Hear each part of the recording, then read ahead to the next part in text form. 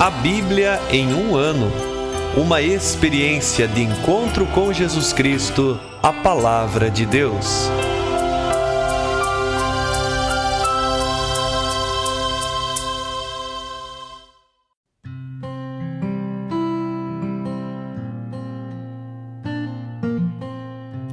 Olá, querido ouvinte do nosso podcast A Bíblia em um ano.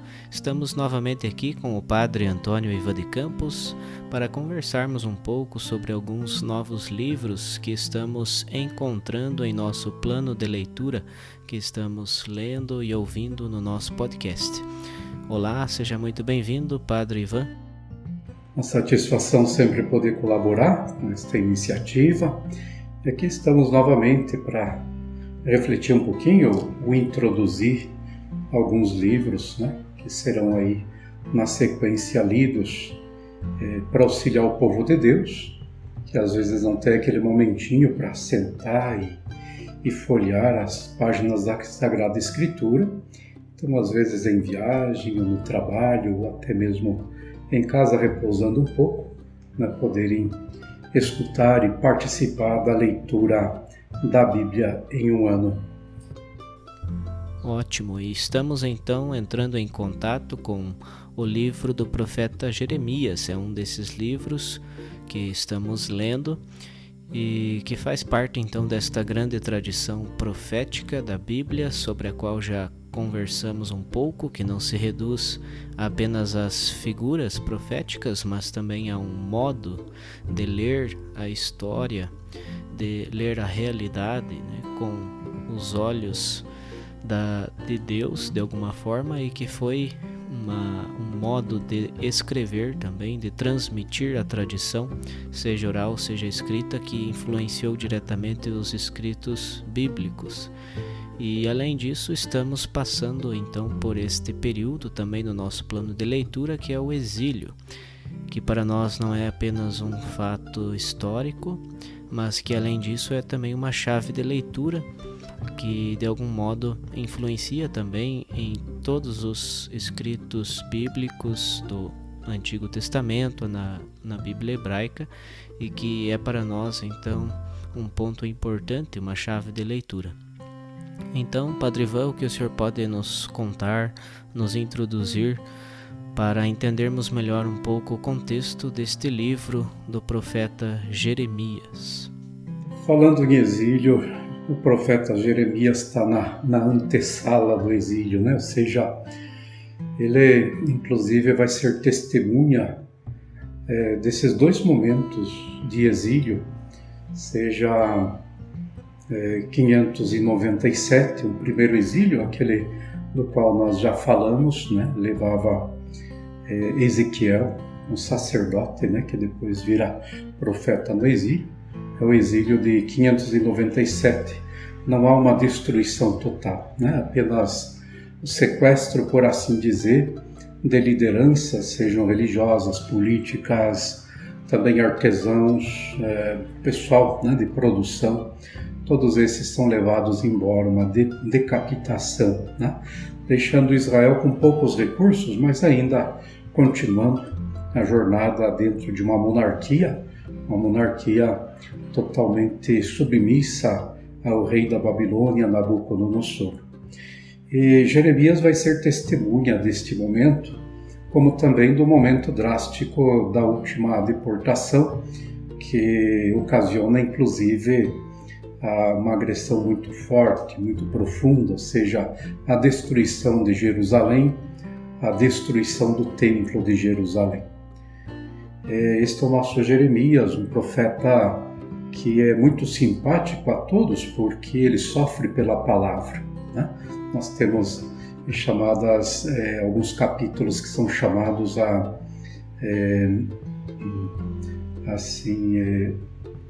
confissão de Jeremias, Confissão é uma maneira de dizer, por causa das confissões de Santo Agostinho, Mas são um momento literário bastante profundo, Ele que tinha vindo escutando um chamado, desde tenra idade, desde o ventre materno me chamastes, me escolhestes para ser profeta das nações, para construir e destruir, anunciar e denunciar, ele percebe só está denunciando, só está destruindo, né?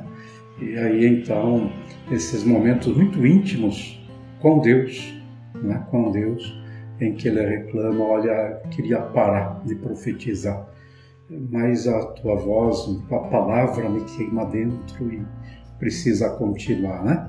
Então esse é o nosso Jeremias, ele abraça uma grande porção da história de Israel. Ele está lá nos seus inícios com um momento de bastante otimismo, né? É o momento do rei Josias, 612 a 609 por aí, né?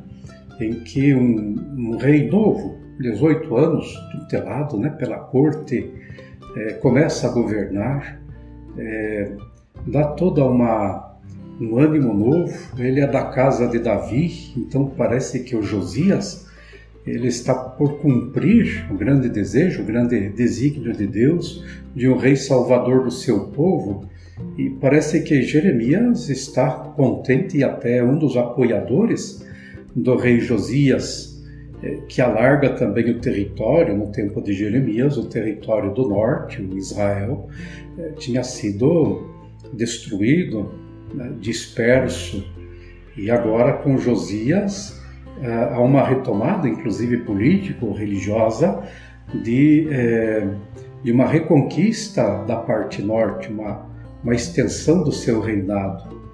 E em meio a este tanto otimismo, Josias vem a morrer num embate contra o faraó do Egito. Vem a morrer trazendo novamente desalento, dificuldades e tantas perguntas, né? Será que Deus abandonou seu povo e não quer mais nos salvar, né? Depois, na continuidade, nós vamos ter uns reis drásticos, né? Que fazem tudo o reverso de Josias, plantam novamente santuários locais, não voltados a Deus, mas aos Baals, os chamados lugares altos, né? Eles fazem uma política de entreguismo, de submissão, primeiro ao rei assírio, né? Futuramente ao rei babilônico. E o nosso profeta Jeremias é testemunha de tudo isso. E qual é a grande pregação de Jeremias neste tempo, né? Conversão, né? Somente pela conversão Deus pode trazer a salvação novamente, pode trazer prosperidade e salvar o povo de tantos agressores históricos, tantos reis poderosos que marcham contra Israel ou o detêm, né? Sempre com suas altas taxas e impostos e perigando invasão. Então precisa de conversão. Mas também Jeremias fala de esperança a este povo do norte, como dizíamos, que foi disseminado, disperso, sua capital Samaria destruída. Para eles, Jeremias dirige palavras consoladoras, mensagem de esperança. Estes textos de Jeremias não estão sempre cronologicamente arranjados, né? Ou seja, Jeremias começa a pregar depois do desastre do norte, mas a esperança para o norte é somente no final do seu livro, ali pelo capítulo 30, 31, uma nova aliança, né? Então são os redatores do tempo do exílio que vão dar uma outra estrutura um pouco ao livro. Então, às vezes na leitura, né, precisa fazer um pouquinho força para ver o teor da mensagem de Jeremias. Depois temos outros reis, né? O rei Sedecias, com uma política de submissão à Babilônia, e Jeremias investe contra a fraqueza do rei e a sua política pró-Egito, né? Ou seja, Sedecias, em vista da agressão da Babilônia, busca refúgio nos velhos faraós, né? E aí, estes profetas que a gente chama deuteronomistas, né? Quer dizer, eles têm bem em mente nunca mais escravos do Egito, nunca mais voltados à casa da servidão. E o que é que agora os reis, em especial Sedecias, se voltam buscar refúgio no Egito, né? Jeremias está dizendo assim, olha, deixa as fontes, né, quer dizer, deixa de beber a água do próprio Deus, deixa a fonte para ir buscar água em cisternas rachadas, que já não produzem, já não retém mais água. Uma referência ao rio Nilo, né? Então ao faraó, ou então ao Egito, que tem águas, mas não consegue reter, não pode dar salvação. E o rei está fazendo o contrário, deixando de confiar em Deus para confiar novamente nos faraós, né? Discurso contra o templo, né? Há uma falsa segurança que Judá não cairá nunca, Jerusalém não vai cair, porque nós temos o templo, e o templo é moradia de Deus. E agora Jeremias vai também tirando a esperança frustrada, né? Templo do Senhor, como se ele fosse garantia de salvação, né? Quer dizer, em Deus, não no seu templo, não nas estruturas deste mundo. Também isso ajudam, mas não são eles que salvam, é Deus presente no meio do seu povo. E se não tem templo, Deus continua junto com o seu povo, né? Como nós ouvíamos também na mensagem de Ezequiel. E lá no finalzinho, no capítulo 40 a 43, ou antes até, né, nós temos Jeremias como testemunha histórica da destruição de Jerusalém, da destruição do templo e também do exílio, né, desta deportação de grande parte do povo. Mas Jeremias ficou, né? O rei babilônico ouviu dizer que Jeremias era contrário a uma reação ao rei da Babilônia e, portanto, simpatizante do rei da Babilônia. Falso esta ideia, mas em todo caso isso rendeu que Jeremias pôde ficar, né, com o primeiro governador imposto pelo rei da Babilônia, Godolias. Godolias foi assassinado e os amigos de Jeremias o raptaram, né, por assim dizer, levaram à força para o Egito, senão ele teria também sido morto ali, né? Nem Babilônia, nem ficou na terra, mas foi ao Egito. Há uma lenda que se diz que ali ele teve também um martírio, mas não se sabe ao certo, né? Ele sumiu aí no arco da história. Este é o Jeremias, né? Ele sofre com a palavra que ele diz, são palavras de consolação, mas são palavras duras, né? Sobretudo contra o abandono de Javé. E na sequência nós temos então este livro chamado das Lamentações, que de algum modo pode ser entendido como uma espécie de extensão ou de continuação, né, do próprio profeta Jeremias. Então, qual a importância desse livro, como podemos entendê-lo melhor e qual sua relação, enfim, com o profeta Jeremias? Então, além das cartas de Jeremias, né, que ele teria escrito desde o Egito, também temos este outro material de lamentações. Tanto cartas como lamentações, às vezes, vem agregado ao livro de Jeremias, né, rendendo os 72 livros, né? E às vezes eles vêm separados em algumas edições bíblicas, né? Sempre canônicos, né? Mas às vezes separado de Jeremias, fornecendo um 73º livro, né? Às vezes a nossa Bíblia tem 73, seja porque Lamentações não foi agregado a Jeremias. Não é Jeremias o seu autor, não, né? Parece-me que nesta deportação, alguns cantores, né? Olha os nossos cantores aí das nossas igrejas, né? Levitas, cantores, foram poupados, não foram levados embora, porque não tinha utilidade, né? Eram cantores do templo. E parece-me que entre este grupo nós podemos encontrar os autores, vamos falar sempre no plural, que são várias páginas, né? Os autores de Lamentações, né? Que fornecem então o material que podia ser agregado num tipo cancioneiro para liturgias mesmo, né? Assim como na nossa era, no ano 70, o templo foi destruído, o segundo templo, né? Foi destruído e permanece até hoje restos, muros, né, das muralhas, onde os judeus vão rezar e lamentar, né, porque a liturgia deles às vezes é um pouco chorosa, né? Mas também porque tem como argumento as grandes agressões históricas que eles sofrem, em especial o exílio, né? Então nós temos hoje, se visitamos Israel, o Muro das Lamentações. É muito possível que também nos destroços de Jerusalém naquela época, destruída em 586, esses cantores, né, formularam essas canções, esses salmos, essas orações para serem cantadas ou rezadas em torno aos restos dos muros, né? O que diz o nosso livro de Lamentações? Qual é o seu conteúdo? Já no primeiro versículo se diz, né? Como está solitária a cidade antes tão populosa. Lamentações 1, né?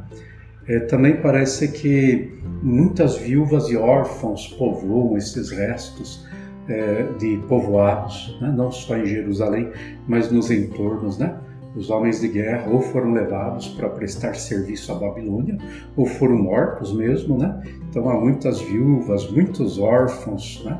Algumas expressões de lamentações aqui e ali nós vemos na nossa liturgia, sobretudo de Quaresma: olhai e vede se a dor maior que a minha dor, né? Isso é Lamentações 1:12. E com Abdias, Lamentações privilegia o templo em Sião, mesmo que um templo destruído. Sião é Jerusalém teológica, a mãe do povo de Deus, né? Sofrida, né? Sofredora, e o templo mesmo nos seus restos, né? Então são cantos fúnebres, lamentações individuais e coletivas sobre a destruição de Jerusalém, do santuário, e as consequências trágicas na vida do povo, né? Sede, fome, assassinatos, né? Quer dizer, um povo sem governo, depois as coisas sempre vêm a menos, né? Sempre a destruição, assassinatos e tantas dificuldades. Traça o retrato da angústia e revolta contra Deus, né? Porque a fumaça e a poeira ainda não baixaram. E aí quem ficou sem as mínimas condições de vida, clamam contra Deus. Onde está Deus? Por que tudo isso aconteceu conosco? Não é só o povo do exílio, os exilados, que vão fazer as mesmas perguntas, né? Será que Deus se enfraqueceu? Será que Deus nos abandonou? Com muito mais razão, esses, né, que não estão estruturados, o povo que foi estruturado em colônias, né, junto aos rios, Quebar, aos rios da Babilônia. Este não está ali numa terra que foi arrasada e agora clama a Deus. Mas, ao mesmo tempo, Lamentações nos ajuda a um exame de consciência, né? Puxa, o que nós fizemos para que isso acontecesse? Será que foi puro abandono de Deus ou nós causamos este abandono? E aí começa uma linha de arrependimento, pedido de misericórdia, porque Deus, afinal de contas, é Deus da vida, né? Nasce a esperança no meio de tanta dor, uma esperança radicada no grande amor de Deus. Então veja como faz aí toda uma trajetória, né? Ele realmente, com todo homem, ele grita, ele protesta, né, contra a sua dor, mas depois essa dor o faz perceber o mistério de um Deus que realmente, por mais que se diga, castigou o seu povo, mas jamais o abandonou e o quer de volta, né? Então, no capítulo 1, nós vamos escutar Jerusalém humilhada, né? Capítulo 2, parece que Javé não tem piedade, o clamor contra Javé. No capítulo 3, renasce a esperança. Capítulo 4, o novo rosto da Jerusalém humilhada. Capítulo 5, confiança na misericórdia de Javé. Certo, e aproveitando ainda a figura de Jeremias, o que nós podemos aproveitar para a nossa leitura cristã, né? O que o Senhor poderia destacar para nós da influência de Jeremias para o Novo Testamento, talvez, né? Não apenas nos Evangelhos, mas às vezes lendo alguma carta de São Paulo, por exemplo, podemos perceber que Paulo, ao descrever sua própria vocação, né, utiliza termos bastante parecidos ou próximos daquilo que Jeremias descreve no início do seu livro também ao tratar da sua vocação. Então, como Jeremias é importante para a nossa leitura cristã? Então, seja no Antigo Testamento, entre os livros do Antigo Testamento, né, não são escritos um após o outro, mas muito mais razão também em relação a esses escritos, em relação aos escritos do Novo Testamento, sempre se tratam de releituras, né? Os acontecimentos passados, né, são interpretados a partir de um novo presente, em razão de um futuro, e em cada momento se podem fazer as releituras, né? Os profetas, por exemplo, né? Como eles, todos eles, mas em especial Jeremias, como eles identificam ou dão uma face ao próprio rosto de Cristo, né? Basta ver as linhas de Isaías, o profeta sofredor, né? Ou então o servo sofredor. O que seria esse servo sofredor? Ele é muito parecido, é o povo de Israel, né? A personificação do povo de Israel, mas também temos os profetas sofredores. Jeremias, tantas vezes, né, acusado, tantas vezes jogado, né, numa cisterna sem água, né, para morrer mesmo, né? Quantas vezes perseguido. Então ali os cristãos, os autores cristãos, né, redesenham a face de Cristo com essas linhas interpretativas dos profetas, né? Paulo e os outros também. Mas, em particular, falando de Jeremias, bom, temos a vocação, né? Como você dizia, todas as vocações são assim, uma percepção que Deus nos olha desde o nosso nascimento, né? Já tem um projeto para cada um de nós, mesmo que alcance Paulo na estrada de Damasco, né? Com a sua graça, mas já preparou no coração de Paulo um coração bem disposto, que quando viesse este encontro com o Cristo, ele o reconhecesse, né? Então isso são sempre aspectos aí de Jeremias. Mas o mais importante em Jeremias, falando em Jeremias, é a promessa de uma nova aliança, que está lá no finalzinho de Jeremias 31, né? Ou seja, eis que estou para estabelecer com o meu povo uma nova aliança. Novo Testamento, nova aliança, né? Feita com o povo, não como aquela que os pais quebraram, né? Mas uma nova aliança inserida, escrita diretamente no coração. E não mais precisarão que alguém os ensine, o próprio Deus os ensinará, né? Tudo isso é uma releitura. Em Paulo, por exemplo, Paulo trata muito disso, os dois testamentos, né? O Primeiro Testamento, o Segundo Testamento. O que é o testamento? Esta aliança, esta berite, né? Edificado, então, selada entre Deus e o seu povo, né? A alma antiga, Jeremias é testemunha de que, das tantas vezes que o seu povo quebrou esta aliança, aquilo que nós falamos já é a quebra da aliança, pela infidelidade do povo de Israel à aliança com Deus, os mandamentos e a aliança. E agora, em Jesus Cristo, nasce uma nova aliança, né? E Ele é responsável realmente de inserir esta aliança diretamente no coração. Esse é o anúncio do Evangelho, né? Isso entre tantos outros textos que às vezes nós vamos ouvir aqui e ali, né? E às vezes até Jesus usando expressamente alguma frase, alguma expressão dos profetas, em especial também de Jeremias. Então, além desses livros de Jeremias, Lamentações, no nosso plano de leitura também vamos entrar em contato com outros 2 livros nesse período, que é o do profeta Daniel e o do livro de Judite. Então, falando primeiramente um pouco sobre este livro do profeta Daniel, nós podemos observar que ele tem algumas figuras também apocalípticas, né?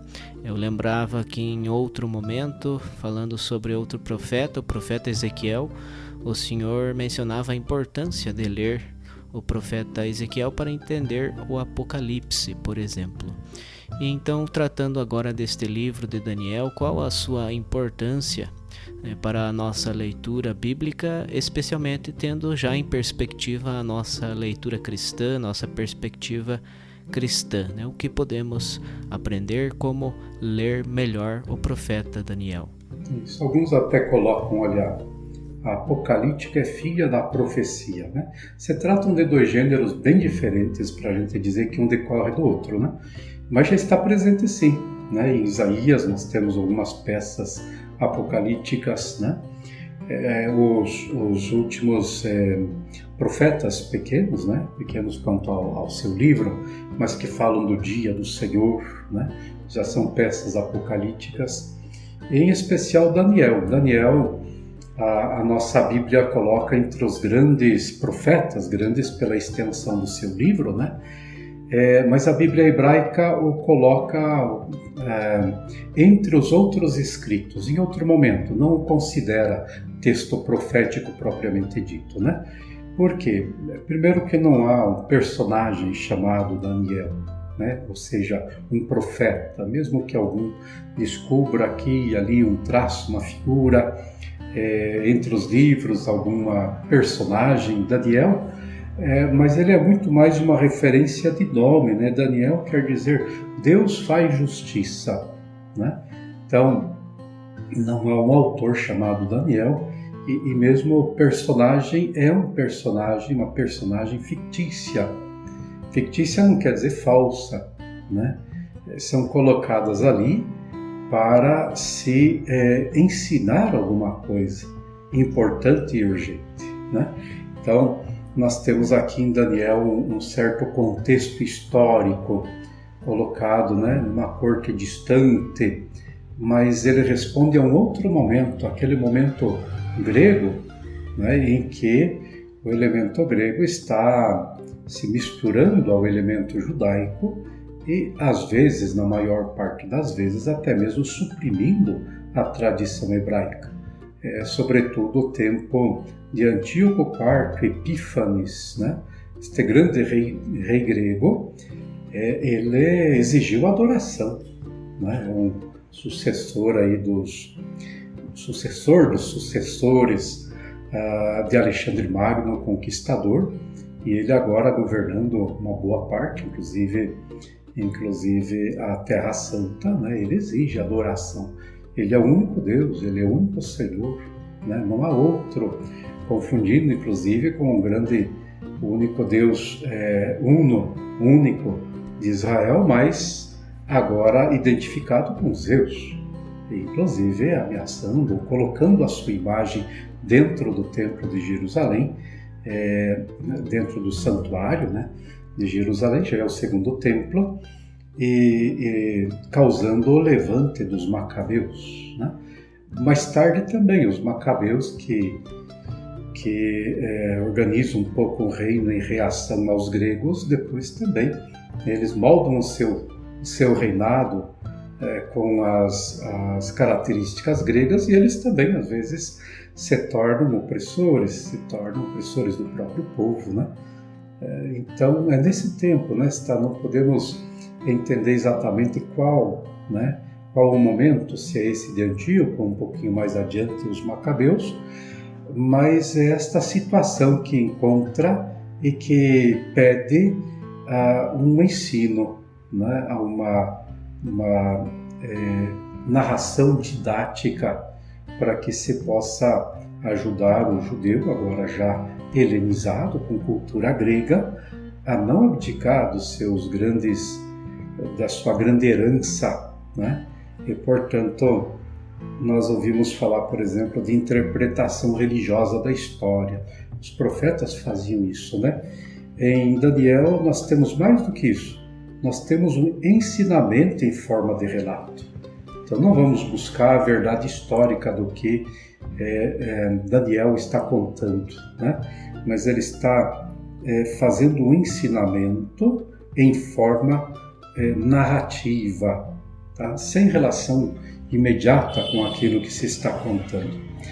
Temos o herói, né? Sobretudo é o Daniel, é um jovem, junto também com seus amigos, né? Veja os amigos Ananias, Misael, Azarias, que são nomes hebreus. Depois lhes é imposto nomes babilônicos, é o Baltazar, que é o Daniel, o Sidraque, Misaque, Abdenago. Quando cai isso aí na nossa liturgia, o pessoal tropeça nesses nomes, né? Que são nomes gregos, babilônicos, né? A Babilônia está também helenizada. Então, podemos falar de profecia propriamente dito? Não. Né? Uma apocalíptica, o que ele faz? Ele revisita acontecimentos passados, né? Fazendo uma releitura interpretativa para se buscar construir um futuro, mas um futuro que passa pelo presente. Então, o que nós vamos encontrar ali de relatos não diz respeito à corte da Babilônia, né? Não diz respeito àquele rei babilônico, né? Veja que o Daniel, por exemplo, ele perpassa todas as etapas dos grandes dominadores, né? Desde Nabucodonosor, né? Até Dario, persa, antes mesmo Ciro da Pérsia, Dario, né? Medo, né? Mais do que persa, perfazendo aí uns 80, 85 anos, e ele sempre se coloca como testemunha dessa história. Ele não vivenciou esses períodos, mas ele se coloca idealmente, né, como jovem ideal, piedoso, da raça de Israel, né, sobretudo a serviço dessas cortes, mas reivindicando a soberania de Deus, né? Então, ele é inserido nesta época do exílio da Babilônia, mas o seu hoje é outro, é aquele do problema dos gregos, né? E da dominação grega. Então, a apocalíptica, né? Acontecimentos passados são colocados na perspectiva de futuro para iluminar o presente que se faz crítico, se faz complicado. O desfecho de toda a história é o desígnio de Deus, né? É o desígnio. Revelação, ele invoca também uma outra palavra que é mistério, né? A revelação, Deus vai revelando os seus desígnios, mas tudo isso concorre para o desfecho do grande mistério de Deus. E assim, então, é o nosso Daniel. Precisa também dizer que Daniel é um livro composto, então a este livro apocalíptico é juntado lá no finalzinho, no capítulo 13, uma historinha, a história de Susana, né? Em que Susana vem acusada, né? Na verdade ela vem assediada por uns velhotes ali, né? Não idosos, porque não são respeitosos não, são velhotes mesmo, né? Que tentam aí, tentam alguma coisa com Susana, ela reage e eles a acusam, né? E aí nasce aí o juiz Daniel, né, que vai perguntar para esses em separado qual era a árvore mesmo que vocês surpreenderam ela em adultério, e as árvores não coincidem, e aí ele volta o julgamento para cima deles, né? Mas esse é um livrinho à parte, que até justifica o nome de Daniel, que quer dizer Deus faz justiça. Então, né, Deus cuida dos grandes entraves da história, nos seus entornos mais universais, né? Nos grandes reinos, mas Deus também cuida da particularidade da relação dos seus. Faz atenção até uma moça, né? Uma mulher aí condenada injustamente, Deus manda o seu servo Daniel para que o livre e faça justiça, né? E outro livrinho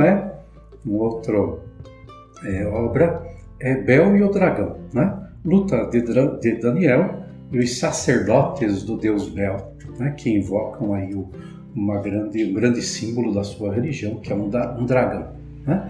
As coisas não correspondem muito, mas para dizer aí o embate religioso, depois Daniel, né, mata o dragão, por assim dizer, vence estes sacerdotes, né? de Bel, né, e etc. Então temos aí mais um pouquinho de produção, não sei se serão lidas, né, mas se serão lidas, se tratam de alguns textos, né, que foram aí colocados junto com o grande livro de Daniel. Bom, e percebendo então também esta influência grega que já existia em alguns ambientes onde foram então transmitidos e escritos alguns dos livros bíblicos, também aproveitamos para conversar sobre este livro de Judite, que é justamente um livro escrito nesta língua grega, já mais próximo da época da era cristã, e que, portanto, faz parte daqueles livros que nós já conversamos um pouco, chamados deuterocanônicos, ou seja, que foram mantidos no cânon, né, católico, da Bíblia Católica, ao longo dos anos, mas que haviam sido não foram colocados, né, no cânon hebraico propriamente dito. Mas qual a importância, né, desse escrito de Judite, especialmente tendo em vista então a nossa leitura cristã?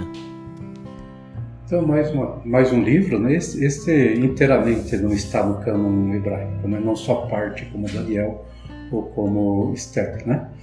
Então, Judite, também este livro, né, mais ou menos desta época do Antíoco IV Epífanes, manifestação divina, né? Epífanes, eles se apelidavam assim, os grandes, né? Eles são manifestação de Deus. Ou então do tempo dos Macabeus, seja com Daniel e Judite, nós não podemos acertar exatamente qual é o momento, mas está nesta época helenística já aí na soleira do Novo Testamento, né? E Judite também evoca uma situação passada, né? Nabucodonosor é colocado também idealmente, só que Nabucodonosor é rei da Babilônia, mas como rei da Babilônia ele destruiu o Império Assírio e tomou o Império Assírio. E Judite, por alguma razão, gosta de colocá-lo como rei da Assíria, né? Olha o deslocamento. Como Daniel, também Judite não procura os fatos históricos, mas procura uma lição de vida, né? As pessoas também são simbólicas. O próprio nome Judite quer dizer judia, né? Judia. Como temos judeu, o homem, aqui uma judia. Quem é Judite? É uma figura feminina, portanto, né? Jovem, rica e bonita, bela, né? Que investe contra o grande soberano da terra, ela pequena, né? Jovem, pequena, mulher, viúva, quer dizer, sem nenhum outro aparato, mas é ela que enfrenta o grande império, né? Então o livro de Judite, ele é interessante a gente ler. Quem começa a ler primeiro tem grandes traços, né, de guerras entre potências, né? O grande rei da Assíria, contado em Judite da Assíria, né? Nabucodonosor, ele está ameaçando o mundo, né? E, portanto, ameaça também um rei do Oriente, Arfaxad, né? Lá da Pérsia, né? Da Pérsia. E, portanto, nós vamos ver assim, vamos seguir na leitura até o capítulo 7, grandes momentos, né, de desafios entre reis, né, entre grandes e poderosos. E ele também reivindica todos os povos que ele pertence para que levantem com ele contra os seus inimigos, né? E aí que os pequenos reis, sobretudo de Canaã, então o rei de Israel, os reis também do entorno, sírios, etc., não querem, né? Dizem um grande não ao Nabucodonosor. Deixa que ele faça a sua guerra, o que nós temos a ver com isso, né? E ele, portanto, chama o seu grande general Holofernes, né, para punir estes povos que não o ajudaram na conquista ou então que o desprezaram. E realmente Holofernes parte contra esses povos todos, né? Enquanto Nabucodonosor depois realmente conquista, ou melhor, destrói e mata Arfaxade. E aqui ele se entende como Senhor do mundo. Ele vai usar palavras proféticas, né, as palavras dos profetas, para dizer as minhas palavras que devem ser ouvidas. Não esqueçam as minhas palavras, né? Ele é o Senhor do mundo, Senhor dos povos todos do universo, né? Então, aqui melhor dizendo, Judite pinta os 7 primeiros capítulos, uma história universal bastante movimentada, com uma grandiosidade deste rei poderoso sobre todos os outros povos, e de repente, o seu grande general, Holofernes, né, parte contra os povos, os castiga, mas tem um povo lá ao norte da Galileia, né, ao norte de Israel, que assume em nome de todos os israelitas uma reação. Eles não se rebaixam a este grande general, né? Eles têm conhecimento das montanhas e, portanto, podem atacar a toda hora os grandes exércitos de Nabucodonosor e, portanto, reagem, né? O problema é que Holofernes não avança contra eles, mas os sitia, cortando então as possibilidades deles buscarem alimento e água, e portanto agora este grupo do norte, né, de israelitas, esse grupo de israelitas, eles estão apavorados, né? E agora o pavor se apodera de todos eles. Investem, né, os cidadãos investem contra os seus governantes, né? Como é que foi? Podia se render a este general, e isso não nos causaria destruição, até que aparece então uma moça bela, formosa, viúva, que morava lá na sua terraça e vê o sofrimento do povo e desce até eles, propondo uma solução que ela levará sozinha a termo, né? Usando de sua beleza, de toda a sua feminilidade, ela avança a serviço deste general, né, que o seduz, e na sua tenda, sozinha com ele, com uma espada, 2 golpes de espada, né, o degola, coloca no alforje, faz uma passeadinha, né, para fora do acampamento e leva até Betúlia, que é a cidadezinha, né, e mostra os chefes ao povo. Se era esse o problema, está aqui nas minhas mãos. E aí, estamos a partir do capítulo 8 a 16, né? Então veja, quando nós vamos ler, ânimo lá, né? Os primeiros que vão fazer a leitura até o capítulo 7, dá gosto ler, porque é bastante levantes históricos, levantes guerreiros, conquistas, desafios, né? Quando chegamos ao capítulo 8, a coisa vai serenando, né? Você vê uma mulher desfilando na sua serenidade e assumindo os problemas do seu jeito, a coisa fica até um pouquinho mais calma, né? E qual é a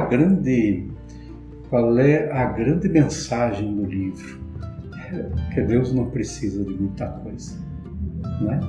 Por mais que ela seja rica, mulher, uma jovem, mas ela é pequena diante da grandiosidade. Então o livro conta uma grandiosidade e a prepotência dos poderosos, e depois o silêncio dos instrumentos de Deus, que agindo na surdina manifesta uma força de Deus. Olha, isso é Paulo, né?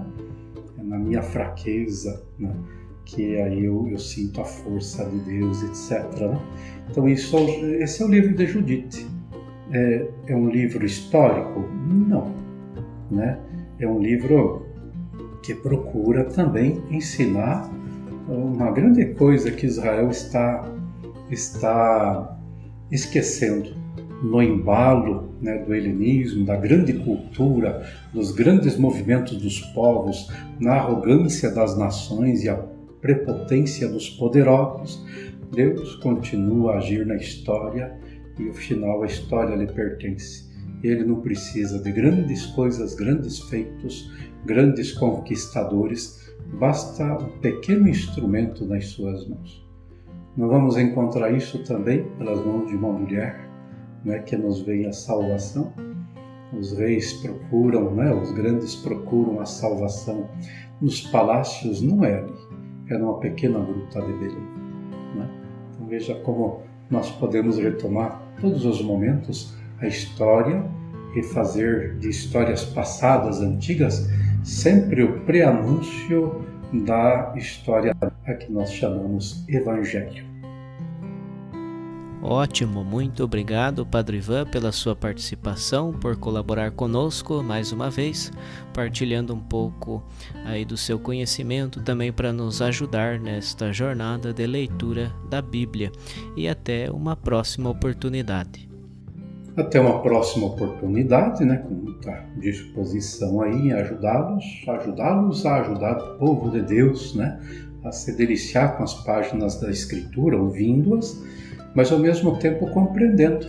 Viram que a gente não compreende assim somente frase por frase, citação por citação, mas é um contexto muito mais abrangente e queremos, portanto, sempre estar aí dispostos a ajudá-los nesta leitura. Obrigado também a vocês, os seminaristas maiores do nosso seminário diocesano, que nos ajudam e certamente ajudados por outros seminaristas de outras casas aí, que nos convidaram a auxiliar nesta leitura. Uma grande bênção a todos os que nos ouvirem. Amém.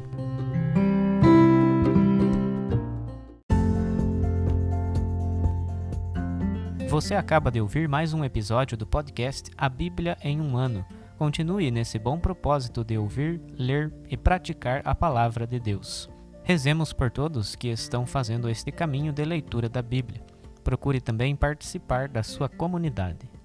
A permissão para uso do plano de leitura The Bible in a Year com Padre Mike Schmitz e Jeff Cavins foi concedida por Ascension. A versão original pode ser baixada em ascensionpress.com. Todos os direitos desse plano estão reservados à Ascension. Os demais conteúdos do podcast não são criados, revisados ou apoiados por Ascension.